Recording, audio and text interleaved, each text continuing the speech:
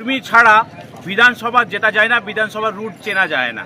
মানুষ এই চোরের সরকার, এই মমতা ব্যানার্জির চাকরি চোর, মমতা ব্যানার্জির চাল চোর, 100 দিনের টাকার চোর, এই চোরের সরকার থেকে পরিত্রাণ চাইছে। অর্থাৎ ব্র্যান্ড খারাপ হয়ে গেছে। বিশ্বাস রেখেছে প্রার্থীর প্রতি যে আগামী দিনে এই প্রার্থীকে নিয়ে আমরা সরাসরি বিধানসভায় নিয়ে আমাদের যাবে এবং এইভাবে আমাদের কথাগুলো তুলে ধরবে। আজকের দিনে আমরা দেখতে পাচ্ছি আমাদের প্রত্যেকের মাথায় 70,000 টাকা করে ঋণ আছে। তো এই ঋণ হলো কেন মমতা ব্যানার্জি? অর্থাৎ ঋণ করেছে মেলা খেলা করছে, ঋণ করছে মন্দির বানাচ্ছে। সরকারের কাজ কি মন্দির বানানো? সরকারের কাজ কি মসজিদ বানানো? সরকার হাসপাতাল বানাবে, সরকার রাস্তা করবে, সরকার এলাকায় এলাকায় কলেজ খুলবে।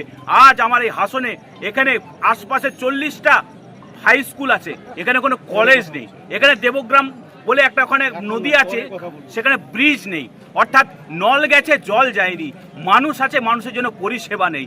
এলাকার মানুষকে যে ছোট্ট বাচ্চা থেকে স্কুলে প্রাইমারি থেকে শুরু করে হাই স্কুল পড়াশোনা করছে, তাকে কলেজ ছুটে যেতে হচ্ছে রামপুরহাট, অর্থাৎ এলাকার বাইরে যেতে হচ্ছে। তা সারাদিনটা চলে যাচ্ছে যেতে আসতে। আজ স্বাধীনতার এই 76 বছর পরে পশ্চিমবাংলায় মমতা ব্যানার্জির এই 15 বছরের পরে এইটা কি প্রাপ্য ছিল? আমি হাইকোর্টের বুকে হাজারো কেস লড়েছি। পশ্চিমবাংলার বাবরি মসজিদ মামলা থেকে শুরু করে হুমায়ুন সাহেবের বিভিন্ন মামলা, অন্যান্য মামলা আমি লড়েছি। প্রত্যেক মামলায় দেখছি পুলিশ কি করছে, এলাকায় 20-25 জনকে জোগাড় করে ফলস কেস লাগিয়ে দিচ্ছে, আর্মস অ্যাক্ট লাগিয়ে দিচ্ছে। মানুষ এটা থেকে পরিত্রাণ চাইছে। অর্থাৎ পুলিশ যে মিথ্যা মামলা দেয় আর হাইকোর্টে গিয়ে তার মুখটা পড়ে, এটা আমরা বারবার দেখেছি। আমি এদেরকে আশ্বাস করতে আসছি যে কোনো মিথ্যা মামলা পুলিশ দিলে সেই পুলিশকে টেনে নিয়ে হাইকোর্টে যাওয়ার দায়িত্ব আমার। সুতরাং আপনারা কেউ ভয় পাবেন না, মানুষের পাশে থাকুন, হুমায়ুন সাহেবের পাশে থাকুন, আসাউদ্দিন ওয়াইসি সাহেবের পাশে থাকুন। এই জোটকে শক্তিশালী করুন, এই জোটই সরকার করবে। সরকারের চেয়ারের 4টে পায়ের মধ্যে 2টো পায়ে আমরা হব, তারপর দেখবো আমাদের অধিকারকে কেড়ে নেয়। স্যার, হাসানের মধ্যে আপনি উন্নয়ন নিয়ে কতটা আছেন? না, আমি তো এইটা ভেবে অবাক যাই, সিপিএম যা করেছিল 15টা বছর তৃণমূল এখানে কি করল? এখানকার যিনি এলাকার বিধায়ক ছিলেন, তিনি কি বিধানসভার ভেতরে ওনাকে পাঠানো হয়েছিল এলাকার কষ্টের কথা বলা, এলাকায় সমস্যার কথা তুলে ধরা? তিনি কি এখানকার কলেজের কথা বিধানসভায় গিয়ে বলেছিলেন? তিনি কি এখানকার কোন ব্রিজের কথা বিধানসভায় গিয়ে বলেছিলেন? যদি বলে থাকেন তো হয়নি কেন? আর বলেছেন তো কখন বলেছেন? অর্থাৎ বিধানসভায় গিয়ে শুধু হাততলা বিধায়ক হলে হবে না, এলাকার সমস্যাকে বিধানসভায় নিয়ে যেতে হবে। বিধানসভার টেবিল গরম করে দিতে হবে যদি কাজ না আদায় হয়। এই জন্যই মানুষ বিধানসভায় বিধায়ক পাঠায়। এলাকার ছোটোখাটো সমস্যার জন্য মানুষ বিধায়কের কাছে যায় না। এলাকায় একটা বড় হাসপাতাল দরকার, এগুলো বিধায়ক গিয়ে মুখ্যমন্ত্রীর কাছ থেকে আদায় করে নিয়ে আসবে। শাসক দল যদি বিরোধী হতো তাও মানতাম যে বিরোধী বিধায়ক বলে কাজ হয় না, কিন্তু শাসক দলের যদি বিধায়ক থাকে সে এলাকারও যদি কাজ না হয়, এটা বড্ড দুর্ভাগ্যজনক।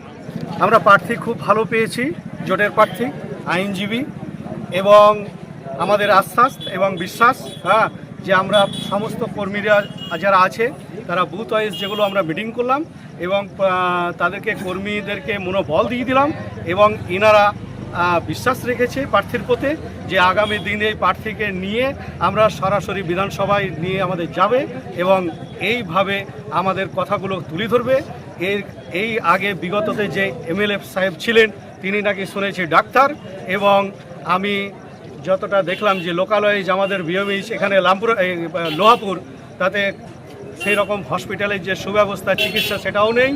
অতএব রামপুরহাট যেটা আছে তিনাকে সেখানেও সেরকমভাবে পাইনি।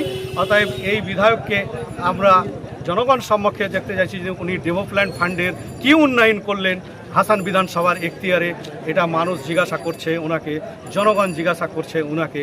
তার জন্যে আমরা সেই আকাঙ্ক্ষা আবেদন রেখে আমাদের যে ইউপির প্রার্থীকে নিয়ে জনগণের সম্মুখে দিয়ে জনগণই আগামী দিনে এই প্রার্থীকে তুলে বিধানসভা পাঠাবে, এটাই একটা নতুন মুখ দেখতে চাইছে।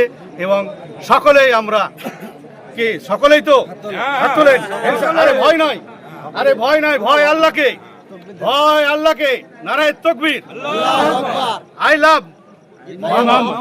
লাভ।